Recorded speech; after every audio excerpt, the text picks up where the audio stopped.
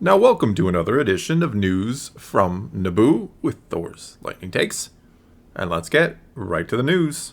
All right, we're going to talk about another interview that Diego Luna did. A little bit about Andor, but no spoilers for the episode that did release today. No spoilers for episode 6. Those spoilers up through probably maybe episode 5. We'll see. No, I'm kidding. Nothing on 6, though. Nothing on 6. Nothing on the one that just came out today. Diego Luna kind of talked about how Tony Gilroy made Andor a Star Wars series of many genres.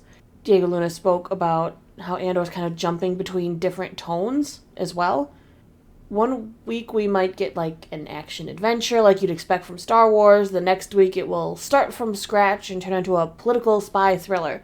It's a method we're kind of familiar with from Marvel, honestly. All of their movies carry different tones and genres. Yeah. I mean, you get a heist one of the movie. successes of Marvel, I think, is that they can make the same story kind of feel different. Exactly. Essentially. They're all superhero stories, Yes. but have a different feel, different tone, and everything. We've talked Different before stakes, about too. like Ant-Man is a heist movie. Yeah. The Guardians of the Galaxy is kind of more like a team-up movie. Yeah, they're both more fun, too. Yeah, you get like the buddy cop genre, Yeah. and then you get like Captain America Winter Soldier, which That's is the one I a always go straight up to. Yeah. political, Yeah. intrigue type movie. Political thriller, yeah.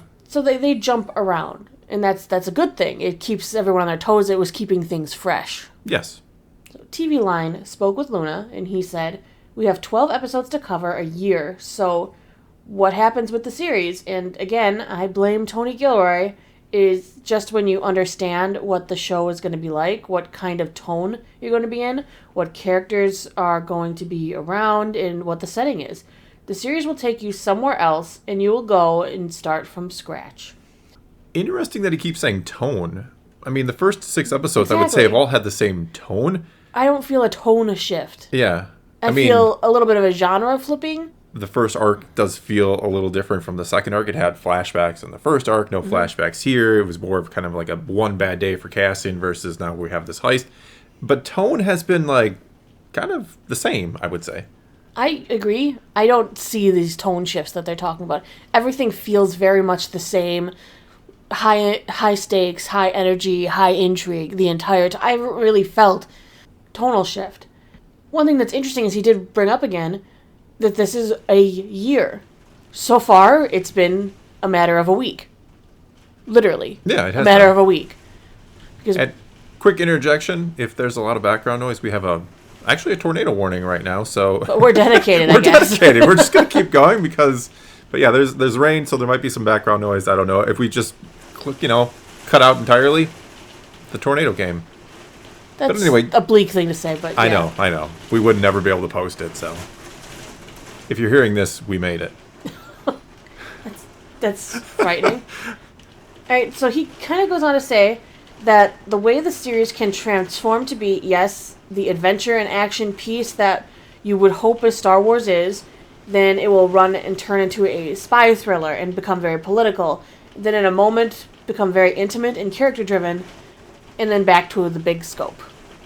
I like everything he's saying, that we're going to kind of focus on different aspects, which I think is good, because if you keep pounding us the same one week after week after week, it's not going to feel exciting. It might get stale. No, I agree. I like that they're kind of shifting it up and, making, kind of focusing on different things and the different arcs, and hopefully they all feel kind of, like you said, unique and fresh, where, I mean, not to get into spoilers, but obviously episode 6 here was was the end of a story arc, so right. I'm curious where the next one will take us. Well, one thing I find interesting is he stressed again that this is supposed to represent an entire year. So are we going to have a time jump? Like I said, 5 days. This has to be a time jump. We've got to have a time jump coming. Yeah, I think so. I mean, we're literally saying 1 week out of 52. Yeah, I mean, I think we're going to have a time jump, and which is not to get into spoilers again, but I think the way the episode kind of ends will imply we might jump ahead a little bit. I could agree with that. I think they should. I mean, it'd be interesting to see the exact what happens next, but maybe we need to move forward and see the larger scale of things again. Yeah.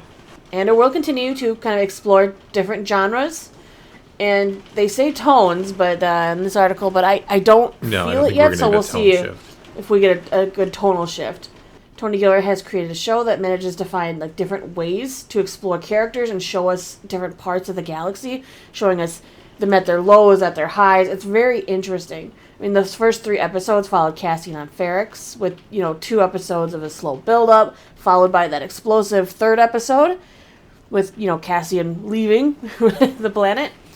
4th and 5th episode kind of return us to that slow, and as we can understand from watching the 5th episode, we know what's coming in the 6th. Yeah. It'll be curious if maybe they, pull an Empire Strikes Back in the 7th episode and start kind of maybe with the action and then slow down. So I'm going to guess that's what they're referring to as their tone shift. That could be their, formula shift. Yeah. You're not going to just do 2 build-up and then 1 explosion every... It reminds me of, like, a waltz, but in reverse. Waltzes are usually quick, slow. And this is slow, quick. Well, I hope they mix it. I'll take a quick, slow for the next arc. So Andor's kind of like a carefully crafted dance that even in its slower sections, it's still beautiful to watch. Oh, yeah. I agree. I am curious about what next week's going to bring, our fallout from episode 6. Who knows? Who knows what tone they're going to go for, what time, what scope, what scale, which characters they're focusing on, and that's part of what makes the series very intriguing and interesting, is we don't know from episode to episode exactly what they're going to show us, exactly where they're going to go, how they're going to do what they're going to do. That's a smart thing, considering we know ultimately where things end up. So to make to make it a bigger mystery along the way, to make the journey mysterious is a smart choice, rather than kind of, showing us exactly where we're going. We're kind of like, well, how does this guy get to what we see in Rogue One, and how is he the guy who gives up everything for the cause? Right. I think we've got a ways to go on the Cassian character definitely. development. All right, with that, let's leave Andor alone for the time being. And I found an interesting interview for the collectors out there. Star Wars Newsnet did an interview with the Hasbro Star Wars team. They were talking about the Return of the Jedi 40th anniversary products, HasLab challenges and stuff. We cherry picked kind of some quotes and talk out of it. It was like a 41-minute interview that they did. They kind of talk about how, first that fans are excited for the return of the Jedi 40th anniversary. They're making an Andor base playset. And or a vintage collection, they asked straight up, what can we expect in the upcoming line and why the Andor base specifically? Hasbro replied that there is a lot coming. For the playset specifically, we thought that such a great scene with hero characters, lots of bad guys, other things around it, would make sense for world building. And I agree with that. As for what's coming, we see things in the pipeline. There's more coming to be excited about. We haven't even entered into the next year. I mean, who knows exactly the scope of what they're going to do for it. Well, they got a lot of projects next year, too. Not to mention Andor has only had 4 figures so far. So, I mean, you got Mando Season 3, you got Bad Batch Season 2, you got Ahsoka.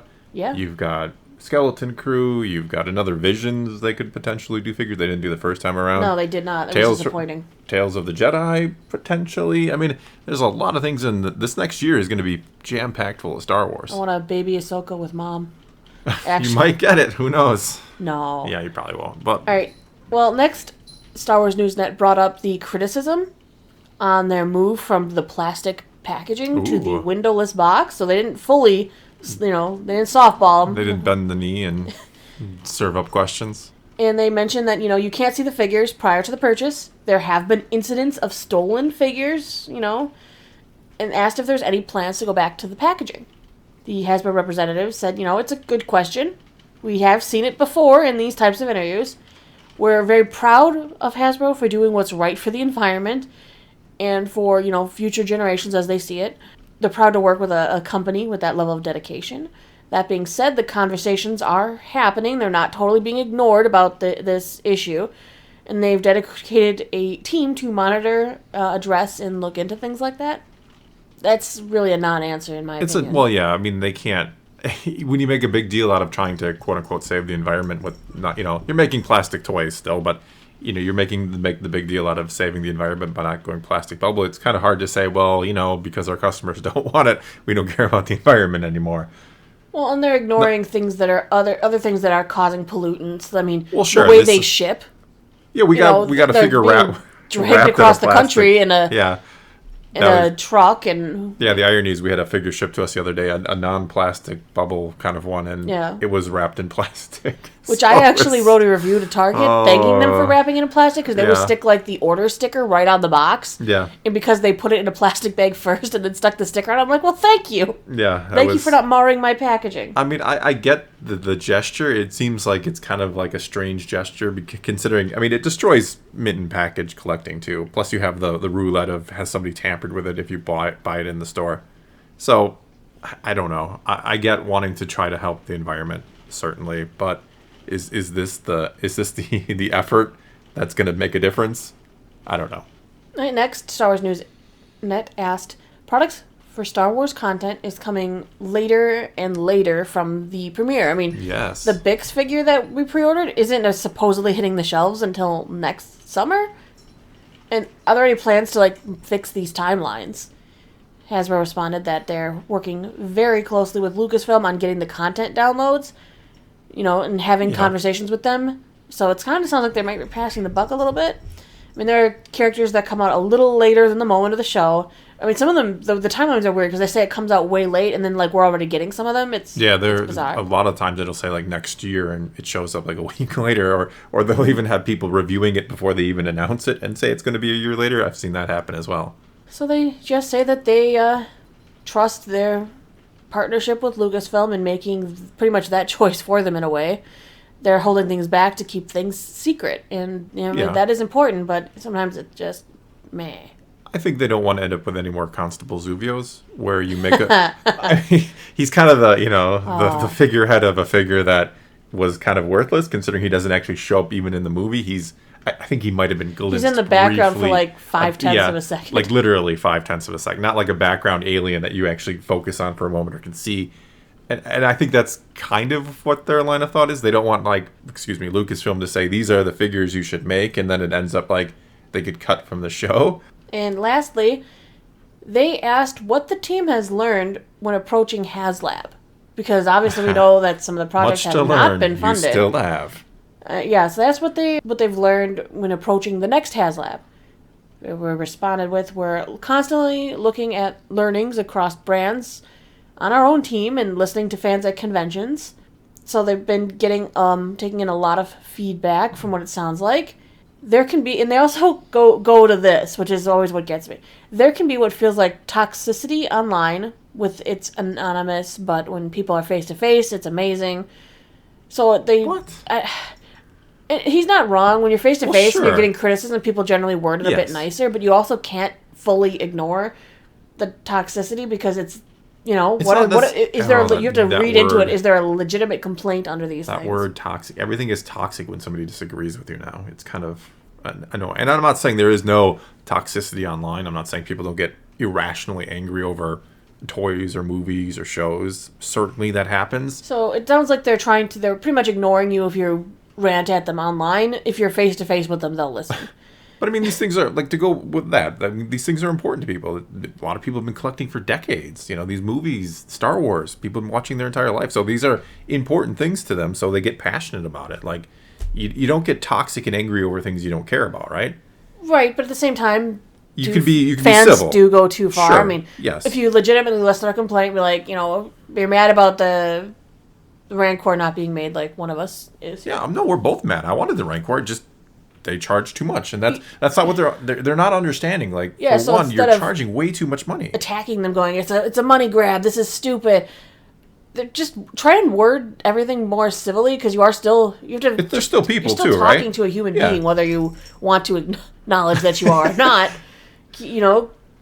No, you're right. It has to go two ways, right? If you want them to listen and respect your wishes, you should try to be civil. I'm not saying you can never get upset and get angry and say things that are a bit harsh. I mean, sure, they have to understand your anger as well, but it is a two-way street. Well, and I'm not trying to defend Hasbro. I think they are a pretty greedy company overall, which doesn't mean the people who run the Star Wars department or whatever you want to call it are greedy or are fully happy with what their Hasbro overlords want them to do. Well, it's like the saying, you catch more flies with honey than vinegar. Yeah, exactly.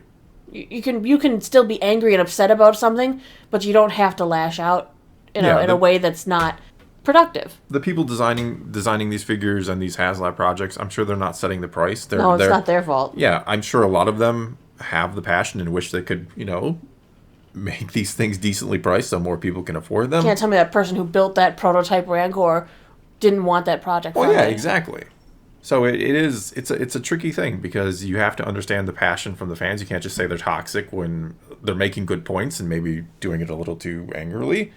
And you have to understand that there are living, breathing human beings at Hasbro, and not all of them get to make the choices that they would probably make if they were in charge. So, yeah, it's a two-way street. Well, that's all we got for you this time, so take to the comments below, and, well, tell us what you thought of today's news about Andor or about collecting, and let's talk some Star Wars. And until next time, since the tornado didn't kill us, thanks for watching.